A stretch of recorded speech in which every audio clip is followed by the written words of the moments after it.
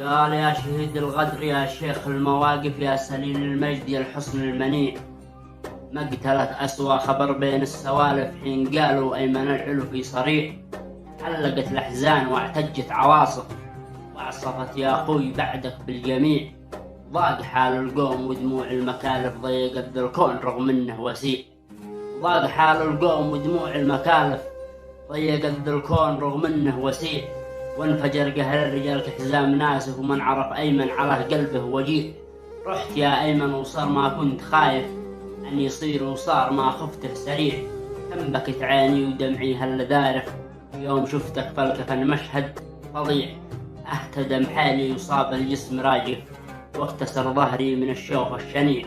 لأن أنا تمنيت أشوفك وأنت واقف لابس ثياب العرس قمري بديع، واحتفل بك يوم عرسك بس وازف واخدمك يا أخوي وافعل كل ما با أستطيع. بس حكم الله والمكتوب ما أحد له مخالف، والقدر مكتوب من واحد أحد عالم سميع. ويا صهيب اصبر وربك خير ناصف، ويا صهيب اصبر وربك خير ناصف، ينصف المظلوم ذي صدره وسيع. وكل الله واحتسب به وانت عارف من توكل بالعظيم ما بايضيع. رغم قهرك يا صهب من جرح نازف بعد أيمن مزحك خلك وقيع. كون مثل الحي ذي شامخ ونايف ما تهزك ريح صيف الحزن أو ريح الربيع، ما تهزك ريح صيف الحزن أو ريح الربيع.